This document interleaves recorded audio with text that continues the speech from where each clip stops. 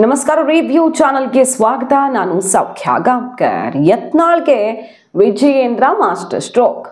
High command ಮಟ್ಟದಲ್ಲಿ ನೀವು ಏನು ಬೇಕಾದರೂ ಮಾಡ್ಕೊಳ್ಳಿ ಅಂತ ಸೆಡ್ಡು ಹೊಡೆದಿರೋ ಯತ್ನಾಳ್ಗೆ, ದೂರ ಕೊಡ್ತೀರಾ ಕೊಡ್ರಿ ಅಂತ ಸೆಡ್ಡು ಹೊಡೆದಿರೋ ಯತ್ನಾಳ್ಗೆ, ವಕ್ಫ್ ಹೋರಾಟ ಯಾರು ಏನೇ ಅಂದ್ರು ಡೋಂಟ್ ಕೇರ್ ಅಂತ ಅಖಾಡಕ್ಕೆ ಧುಮುಕ್ ಬಿಟ್ಟಿರೋ ಯತ್ನಾಳ್ಗೆ ಈಗ ವಿಜಯೇಂದ್ರ ಆ್ಯಂಡ್ ಟೀಮ್ ಅಂದರೆ ಯಡಿಯೂರಪ್ಪ ಬಣ ದೊಡ್ಡ ತಿರುಗೇಟನ್ನು ಕೊಡೋದಕ್ಕೆ ಎದ್ದು ನಿಂತಿರೋದು. ಹೈಕಮಾಂಡಿಂದ ಡೆಲ್ಲಿಯಿಂದ ಕಾಲ್ ಬಂದಿದೆ ಅನ್ನೋದನ್ನು ಯತ್ನಾಳ್ ಸ್ಪಷ್ಟಪಡಿಸಿದ್ದಾರೆ. ಅಲ್ಲಿ ಕರೀತಿದ್ದಾರೆ, ಬಟ್ ನಾನು ಹೋಗಲ್ಲ. ಡೆಲ್ಲಿ ಬುಲಾವ್ ಏನು ಅಂತ ಗೊತ್ತು, ಸಮಾಧಾನ ಮಾಡೋದು ಮತ್ತೊಂದು ಇನ್ನೊಂದು ಪಾಠ ಹೇಳಿ ಕಳಿಸೋದು, ಯಾವುದಕ್ಕೂ ನಾವು ಬಗ್ಗಲ್ಲ ಜಗ್ಗಲ್ಲ, ಯಾವುದೇ ಆ್ಯಕ್ಷನ್ಗೆ ರೆಡಿ ನಾನು, ಮತ್ತು ಕ್ಷಮೆನೂ ಕೇಳಲ್ಲ ಅನ್ನುವ ಬಿಗ್ ಮೆಸೇಜನ್ನು ಹೈಕಮಾಂಡ್ಗೆ ಕೊಟ್ಟು ಶಾಕ್ ಕೊಟ್ಟಿದ್ದಾರೆ. ಅಷ್ಟೇ ಅಲ್ಲ, ನಾನು ನನ್ನ ಟೀಮ್ ಜೊತೆ ಹೋಗ್ತೀನಿ, ಹೋಗೋದಾದರೆ ಎರಡೂ ಕಡೆ ಕೂರಿಸಿ ರಾಜ್ಯದಲ್ಲಿ ಏನು ಆಗ್ತಾ ಇದೆ ಅನ್ನೋದ್ರ ಬಗ್ಗೆ ಮಾತಾಡಲಿ, ಅದಕ್ಕೆ ಮಾತ್ರ ಬರ್ತೀನಿ ನಾನು, ಅದು ಬಿಟ್ಟು ಬೇರೆ ಯಾವುದಕ್ಕೂ ಬರಲ್ಲ ಅಂತ ಹೈಕಮಾಂಡ್ಗೆ ಸೆಡ್ ಹೊಡೆಯೋ ಮೂಲಕ ಅಚ್ಚರಿಯ ದಾರಿಯನ್ನು ಹಿಡಿದಿರೋದು ಒಂದು ಕಡೆ.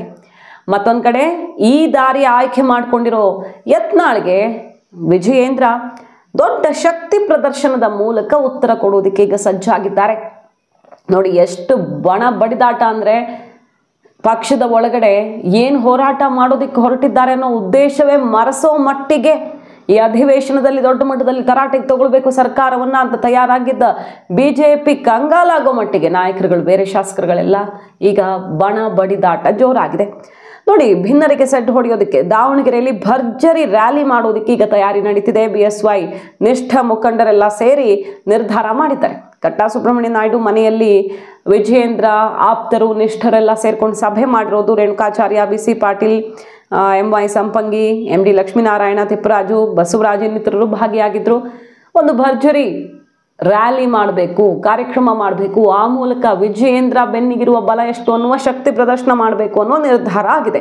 ಕಾರ್ಯಕರ್ತರು ಉಂಟಾಗಿರೋ ಗೊಂದಲ ಬಗೆಹರಿಸೋದು ಈ ಬೃಹತ್ ಸಮಾವೇಶದ ಉದ್ದೇಶ. ಒಂದು ದೊಡ್ಡ ಸಮಾವೇಶವನ್ನೇ ಮಾಡೋದು ಶಕ್ತಿ ಪ್ರದರ್ಶನಕ್ಕೆ. ಪೂರ್ವಭಾವಿಯಾಗಿ ನಾಳೆ ಕೋಲಾರದ ಕುರುಡುಮಲೆ ಗಣೇಶ ದೇವಸ್ಥಾನಕ್ಕೂ ಕೂಡ ಭೇಟಿ ಕೊಟ್ಟು ಅಲ್ಲಿಂದಾನೇ ಆ ಕೆಲಸಕ್ಕೆ ಚಾಲನೆ ಕೊಡೋದು, ಅಂದರೆ ಸಂಕಲ್ಪ ಮಾಡೋದು.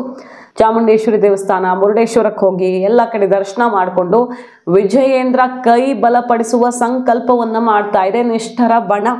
ಸೊ ಹೈಕಮಾಂಡ್ಗೆ ಎಲ್ಲ ರಿಪೋರ್ಟನ್ನು ಕಳಿಸ್ಕೊಟ್ಟಿರೋದಾಗಿ, ಮತ್ತಷ್ಟು ವಿಚಾರಗಳನ್ನು ತಲುಪಿಸೋದಾಗಿ ಹೇಳ್ತಾ ಇದ್ದಾರಲ್ವ.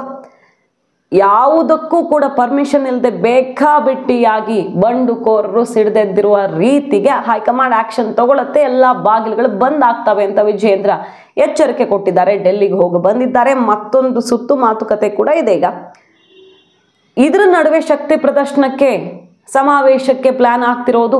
ಹೈಕಮಾಂಡ್ ಸಲಹೆ ಅಥವಾ ಹೈಕಮಾಂಡ್ ಒಪ್ಪಿಗೆಯನ್ನು ಪಡೆದೇ ವಿಜಯೇಂದ್ರ ಶಕ್ತಿ ಪ್ರದರ್ಶನ ಮಾಡ್ತಾರ? ಈಗಾಗಲೇ ಸೂಚನೆ ಸಿಕ್ಕಿದೆಯಾ?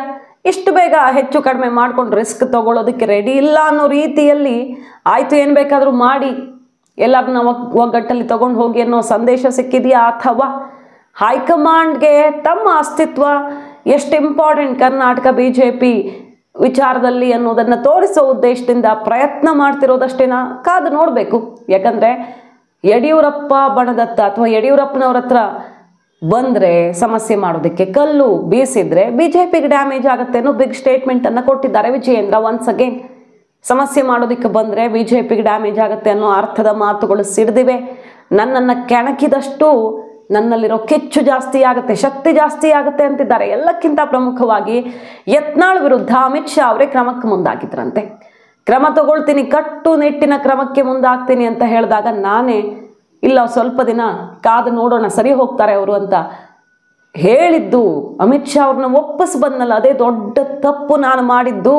ನನ್ನ ಅಧ್ಯಕ್ಷಗಿರಿಯಲ್ಲಿ ಅನ್ನುವ ಸೀಕ್ರೆಟ್ ಒಂದನ್ನು, ಡೆಲ್ಲಿ ಸೀಕ್ರೆಟ್ ಒಂದನ್ನು ತೆರೆದಿಟ್ಟಿದ್ದಾರೆ. ಯತ್ನಾಳ್ ಬಾಯಿ ಮುಚ್ಚಿಸೋದಕ್ಕೆ, ಕಂಪ್ಲೀಟ್ ಬಂದ್ ಮಾಡೋದಕ್ಕೆ ಹೈಕಮಾಂಡ್ ರೆಡಿ ಆಗಿತ್ತು. ಆದರೆ ಎಲ್ಲರನ್ನೂ ವಿಶ್ವಾಸಕ್ಕೆ ತಗೊಂಡು ಹೋಗಬೇಕು ಅನ್ನೋ ಕಾರಣಕ್ಕೆ ನಾನು ಸ್ವಲ್ಪ ಕಾದು ನೋಡೋಣ ಅಂತ ಕೇಳಿಕೊಂಡು ಬಂದೆ ಅನ್ನುವ ವಿಚಾರವನ್ನು ತೆರೆದಿಡೋ ಮೂಲಕ ಹೈಕಮಾಂಡ್ಗೆ ಕ್ಲಾರಿಟಿ ಇದೆ ಅಂತಿದ್ದಾರೆ. ಈಗಲೂ ಅದೇ ಆಗುತ್ತೆ, ಆ್ಯಕ್ಷನ್ ಆಗುತ್ತೆ ಅನ್ನುವ ವಿಷಯವನ್ನು ಅವ್ರು ಹೇಳ್ತಿದ್ದಾರೆ. ಒಂದು ಕಡೆ CT ರವಿ ಅವ್ರನ್ನ ದಿಢೀರಂತ ಕರೆಸ್ಕೊಂಡು ಅವರ ಮೂಲಕ ಹಲವು ವಿಚಾರಗಳನ್ನು ತಿಳಿದುಕೊಂಡಿರೋದು, ಅಥವಾ CT ರವಿ ಅವರನ್ನೇ ಯಾಕೆ ಕರೆಸ್ಕೊಂಡ್ರು ಅನ್ನೋದು ಗೊತ್ತಿಲ್ಲ. ಯತ್ನಾಳ್ ಅವ್ರಿಗೆ ಕಾಲು ಯಾವ ಬಗೆಯಲ್ಲಿ ಬೈಯೋದಕ್ಕೆ ಬಂತೋ ಅಥವಾ ಇನ್ಯಾವುದಾದ್ರೂ ರೀತಿಯಲ್ಲಿ ಬಂತೋ, ಒಟ್ನಲ್ಲಿ ಕಾಲ್ ಬಂದಿರೋ ಸುದ್ದಿ ಅಂತೂ ಸದ್ದು ಮಾಡ್ತಾ ಇದೆ. ಇದರ ನಡುವೆ ವಿಜಯೇಂದ್ರ ಅಮಿತ್ ಶಾ ಅವರ ಮನಸ್ಸಲ್ಲಿ ಏನಿತ್ತು ಅನ್ನೋದನ್ನು ತೆರೆದಿಟ್ಟಿದ್ದಾರೆ. ಮತ್ತೊಂದು ಕಡೆ ಶಕ್ತಿ ಪ್ರದರ್ಶನ ಮಾಡುವ ಮೂಲಕ ಯತ್ನಾಳ್ ಮತ್ತು ರೆಬಲ್ಸ್ಗೆ ಸೆಡ್ ಹೊಡೆಯೋದಕ್ಕೆ ರೆಡಿಯಾಗಿದ್ದಾರೆ. ಈ ಪದಾಧಿಕಾರಿಗಳ ಬದಲಾವಣೆ ಅಂತೂ ಫಿಕ್ಸ್. ಅದು ವಿಜಯೇಂದ್ರ ಬಣದವರೇ ಇದ್ದಾರೆ ಅನ್ನೋದೊಂದು ಅಸಮಾಧಾನ ಹಿರಿಯರಿಗೆಲ್ಲ ಇದೆ. ಅದನ್ನು ಸರಿಪಡಿಸಿ ಎಲ್ಲ ಬ್ಯಾಲೆನ್ಸ್ ಮಾಡೋಣ ಅಂತ ಹೈಕಮಾಂಡ್ ನಿರ್ಧಾರ ಮಾಡಿದೆ. ಆ ಮೆಸೇಜನ್ನು ವಿಜಯೇಂದ್ರ ಆ್ಯಂಡ್ ಟೀಮ್ಗೆ ಯಡಿಯೂರಪ್ಪನವರು ಕೊಟ್ಟಿದೆ. ಅದನ್ನು ಮಾಡಬಹುದು, ಆದರೆ ರಾಜ್ಯಾಧ್ಯಕ್ಷ ಕುರ್ಚಿಗೆ ಸಂಬಂಧಪಟ್ಟಂತೆ ಅಷ್ಟು ಸಲೀಸಾಗಿ ಅವಸರದಲ್ಲಿ ನಿರ್ಧಾರ ಮಾಡಲ್ಲ ಹೈಕಮಾಂಡ್. ದೊಡ್ಡ ರಿಸ್ಕನ್ನು ತಗೊಳ್ಳಿಕ್ಕಿಲ್ಲ. ಲೋಕಲ್ ಬಾಡಿ ಎಲೆಕ್ಷನ್ ಇದೆ, ಮುಂದಿನ ಚುನಾವಣೆಗೆ ಬಹಳ ಬೇಗ ತಯಾರಿ ಶುರು ಮಾಡಬೇಕಾಗತ್ತೆ. ಹಾಗಾಗಿ ದೊಡ್ಡ ರಿಸ್ಕನ್ನು ತಗೊಳ್ಳಿಕ್ಕಿಲ್ಲ.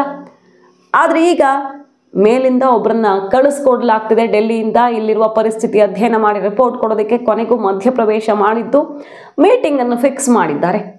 ಮೀಟಿಂಗ್ ಮೂಲಕ ಎಲ್ಲದಕ್ಕೂ ಫುಲ್ ಸ್ಟಾಪ್ ಹಾಕೋದಕ್ಕೆ ಕೊನೆಗೂ ಹೈಕಮಾಂಡ್ ಮನಸ್ಸು ಮಾಡಿದೆ ಅನ್ನೋದು ಈ ಡಿಸೆಂಬರ್ ಮೊದಲ ವಾರದಲ್ಲಿ ಇದೊಂದು ದೊಡ್ಡ ಬೆಳವಣಿಗೆ. ಬಿಜೆಪಿ ಇನ್ನು ಹಿಂಗೆ ಮುಂದೆ ಸಾಗೋದಕ್ಕಾಗಲ್ಲ ಅನ್ನೋದನ್ನಂತೂ ತೀರ್ಮಾನ ಮಾಡಿದೆ ಬಿಜೆಪಿ ಹೈಕಮಾಂಡ್.